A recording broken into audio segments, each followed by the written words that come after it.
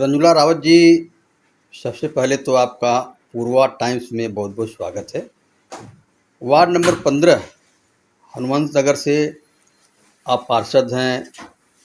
Bharatiya Janata party की एक वरिष्ठ नेत्री हैं, कार्यकर्त्री हैं।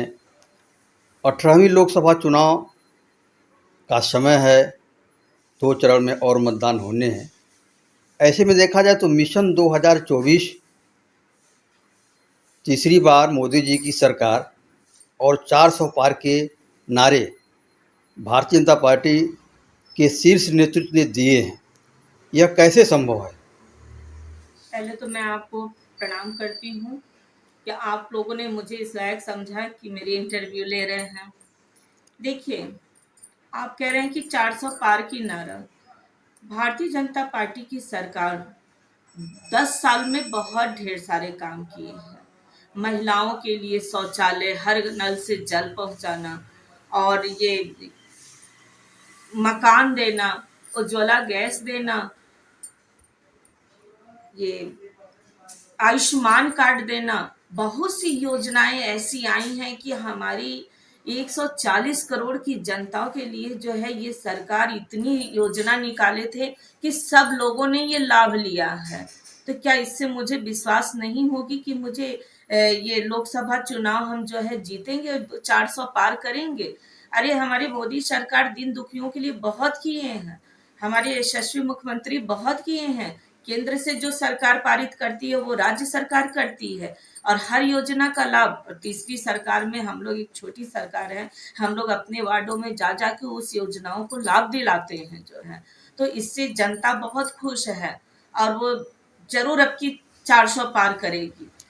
ये रंजुला जी, 400 पार पर विपक्ष यह कह रहा है कि आपकी तानाशाही और बढ़ जाएगी, लोकतंत्र खतरे में हो जाएगा, संविधान को आप खत्म कर देंगे। इस पे आप क्या कहेंगे? देखिए, ये विपक्ष आजकल क्या ना 26 दल इकट्ठा हो गए हैं।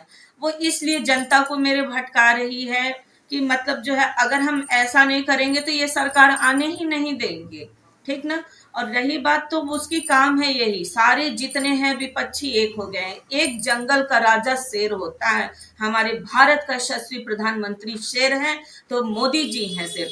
आज उनसे चूहा, बिल्ली, बंदर, गीदड़ कोई नहीं लड़ पा रहा है। उसने 26 पार्टियों को एक कर दिया है। अरे ये तो सोचने वाली बात है। जिसका सब 56 इंच का सीना हो, तो ये 33-35 वाले कहाँ, तो सबको इकट्ठा ही तो करेंगे ना।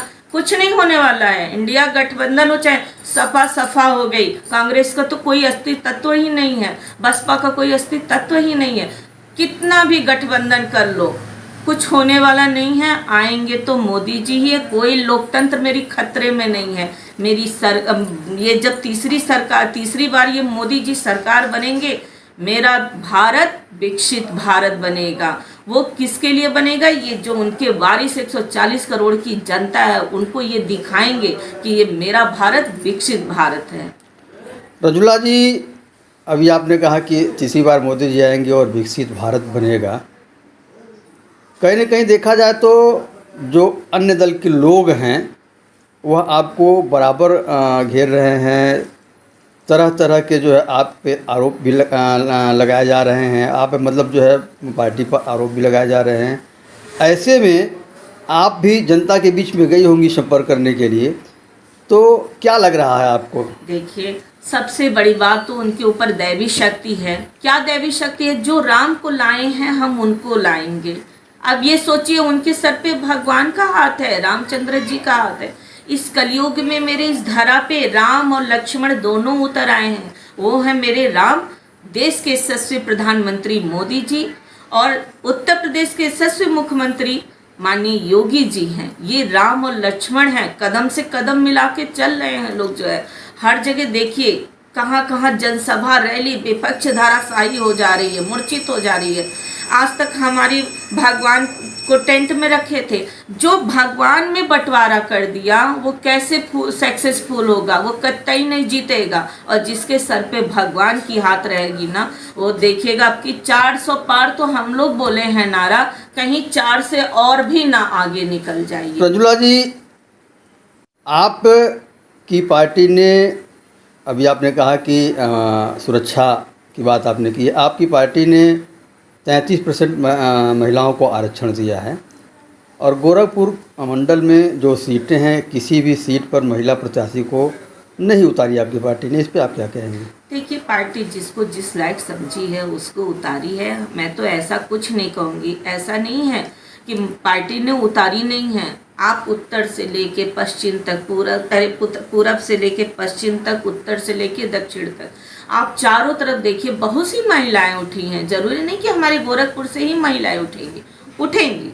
मौका सबको मिलेगा, ये मेरी सरकार कहती है, मौका सबको मिलेगा। इसीलिए तो 33% आरक्षण मिला है। 2014 के पहले की सरकार महिलाओं के लिए आरक्षण को दबा के रखी थी। जब ये सदन में बिल माननीय योगी जी ने जब बिल को पास हुआ तो विपक्षी को अच्छा ही नहीं लगा कि अरे कैसे ये महिलाओं को आरक्षण मिल रहा है। आज महिलाएं कंधे से कंधा मिला के चल रही हैं और ऐसी बात नहीं है। इसी उत्तर प्रदेश से, इसी गोरखपुर से जो है महिलाएं आने वाले दिनों में देखिएगा विधायक बन के उतरेंगी। कैसे उतरेंगी ये समय आएगा तो खुद पता चल जाएगा आपको। रंजुला जी, महिला सुरक्षा की आप बात कर रहे हैं, वहीं विपक्ष कर रहा कि जो है सरकार हर मुद्दे पर असफल है, फेल है, क्या कहेंगे? देखिए, सरकार इतनी अच्छी भारतीय जनता पार्टी की काम कर रही है जो विपक्ष को एकदम बिल्कुल पसंद नहीं आ रहा है। क्यों नहीं पसंद आ रहा? जो हमारी बहू बेटियां रात में घर जाती थी, रात का समय जब होता था तो बहन बेटियां जब घर से बाहर निकलती थी तो घर परिवार के लोग डरे सहमे रहते थे कि बिटिया गई है, बहू गई है, बच्चे गए हैं, अभी तक आए नहीं।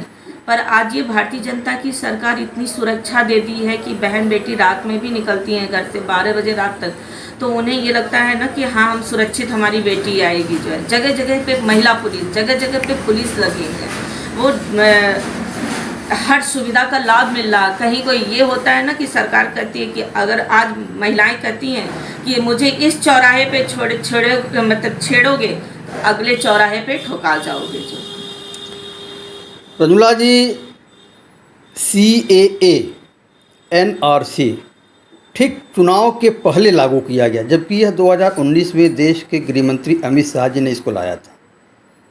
आखिर चुनाव के पहले ही क्यों इसको लागू किया गया? विपक्ष का कहना है कि वोट बैंक की राजनीति करने के लिए ऐसे किए गए हैं। देखिए, जब जिसका टाइम होगा तभी तो उस चीज़ को बिल को पारित किया जाएगा, ये पहले बताइए। और विपक्ष हमेशा ये कहती है कि ये चीज़ ऐसे हुआ, ये चीज़ ऐसे, उसको किसी चीज़ से ये भाजपा जनता पार्टी की जितनी भी बिल पास हुआ उसको अच्छा ही नहीं लगा। वो सब सदन ही छोड़ के बाहर चले जाते हैं विपक्ष के लोग। जो है महबूबा मुफ्ती कहती थी क्या कि जिस दिन ये लागू हो जाएगा CA 370 की धारा तो पता ये आज ऐसे हो जाएगा। आज देखिए, कश्मीर को भारतीय जनता पार्टी की सरकार ने लेके रही और कहीं कुछ नहीं हुआ। और रही बात तो POK भी 6 महीने के बाद इस इंडिया के लिए होगा, कहीं कुछ नहीं हुआ। कहने वाले ऐसे ही वो माइक में बोल देंगे, वो न्यूज़ में बोल देंगे कि ऐसा हो जाएगा वैसा हो जाएगा, कहीं कुछ नहीं हुआ। देखिए, जब राम मंदिर बनने का हुआ था ना तो लोग कहते थे खून की नदियाँ बहेंगी। राम मंदिर की आप बात कर रही, लेकिन विपक्ष का कहना है कि राम मंदिर भारतीय जनता पार्टी ने नहीं, इस देश की जनता ने बनवाया है, सहयोग किया है। ठीक है, अगर वो कहता है तो जनता सहयोग किया ना। होता है ना कि परिवार में लोग जो बड़े सदस्य होते कहते हैं क्या, हिम्मत बढ़ाते हैं कि चलिए आगे से हम चलते हैं, तो पीछे से पूरी परिवार चलती है। आज 140 करोड़ की जनता मोदी योगी की सरकार है, ठीक ना। आज तक क्यों नहीं विपक्ष के लोग राम मंदिर को बनाए थे? क्योंकि वो दूसरे पार्टी को समर्थन करते थे, सनातन धर्म को एकदम खत्म कर दिए थे। आज ये राम राज आ गई है, सनातन धर्म आ गई है, तो विपक्ष को कोई चीज़ अच्छा ही नहीं लगेगा, क्योंकि उनके घर में लूटपाट नहीं होना बन रहा है, काली कमाई नहीं करना बन रही है। आज यही सरकार आई है भारतीय जनता पार्टी की, सारे लोगों की घर की कमाई को की सेवा में लगा दे रही है, उन गरीबों को बांट दे रही है। अब विपक्ष क्या कर सकता है? विपक्ष को भारतीय जनता पार्टी की कोई योजनाएं ही नहीं पसंद आएगी। 10 साल की सरकार जो आज 65 साल में नहीं हो पाया, 10 साल में सोच लीजिए हमारा भारत, जो हमारा उत्तर प्रदेश एक कैंसर बीमारियों से ग्रसित था, अब किसी भी चीज़ को धीरे धीरे दवाई तो सूट करेगी ना। 10 साल में बहुत मेरी दवाई सूट कर दी है भारतीय जनता पार्टी की सरकार ने। आज देखिए गोरखपुर की सड़कें कहाँ कहाँ फ्लाईओवर, जो हमारी 6 घंटे की सफ़र होती थी वो 4 घंटे की सफ़र हो रही है। 2 घंटा मेरे लिए बच जा रहा है। लेकिन कहीं ना कहीं देखा जाए तो अभी आपने सड़कों की बात की है, जी विकास की बात की है, तो कहीं ना कहीं विकास जो है हुआ ज़रूर है, नो डाउट। लेकिन शहर को जो है एक वीरान सा बना दिया गया है, यह विपक्ष इस पे घेर रहा है। कोई बिरानसा नहीं बनाया है सर, ये बताइए क्या बिरानसा बनाया है? जो पुरानी चीज़ है उसको हम नए वर्जन में लेके आ रहे हैं। अब बताइए जो चीज़ टूटा फूटा रहेगा तो उसको हम मरम्मत करवाएंगे ना। बताइए आज ये देखिए सड़कें चौड़ीकरण हो रही हैं, ठीक है मानते हैं थोड़ी बहुत दिक्कतें आती ही हैं विकास में जो है, लेकिन आज यही सब जब सब कुछ अच्छा हो जाएगा तो आने वाले दिनों में यही जनता कहेगी क्या कि समस्या तो आई पर वो टल गई, बहुत ही अच्छा हो गया जो है। जगह जगह पे देखिए इधर से फ्लाईओवर, इधर से ओवर ब्रिज, रोड कितनी अच्छे हो गए हैं, रिंग रोड कितने अच्छे हो गए हैं। जो हमारी सफ़र 6 घंटा 7 घंटा का होता था 2 घंटा 3 घंटा बच जा रही है। यही रामगढ़ ताल था, पहले वहाँ पे कोई जाता नहीं था। आज देखिए तो आज हम लोग भी जाते तो धन्य हो जाते हैं। इसके लिए मैं तो योगी मोदी को बहुत ही धन्यवाद देती हूँ।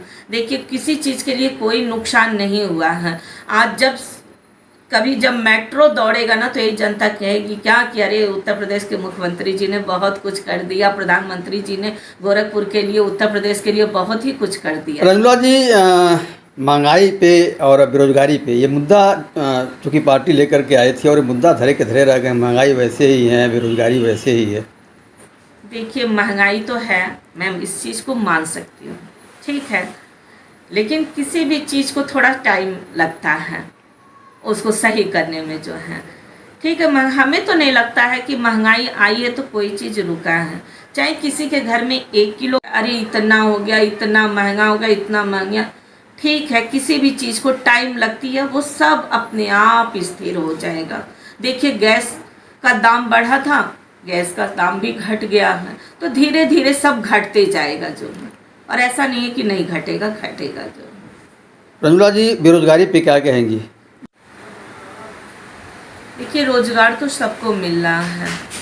आज इतनी फैक्ट्रियां लग रही हैं, विदेशों से आके बड़ी बड़ी कंपनियां आ रही हैं, जो यहाँ पे हमारे गीडा में फैक्ट्रियां बैठ रही हैं। लोगों को तो रोजगार मिल ही रहा है।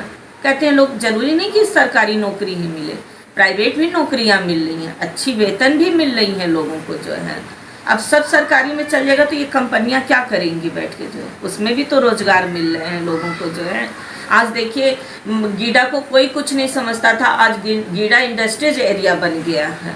कितनी बड़ी बड़ी कंपनियां आ रही हैं और अभी आ रही हैं और आएंगी भी जो है। ये मेरी तीसरी सरकार बनने तो दीजिए आप लोग पहले।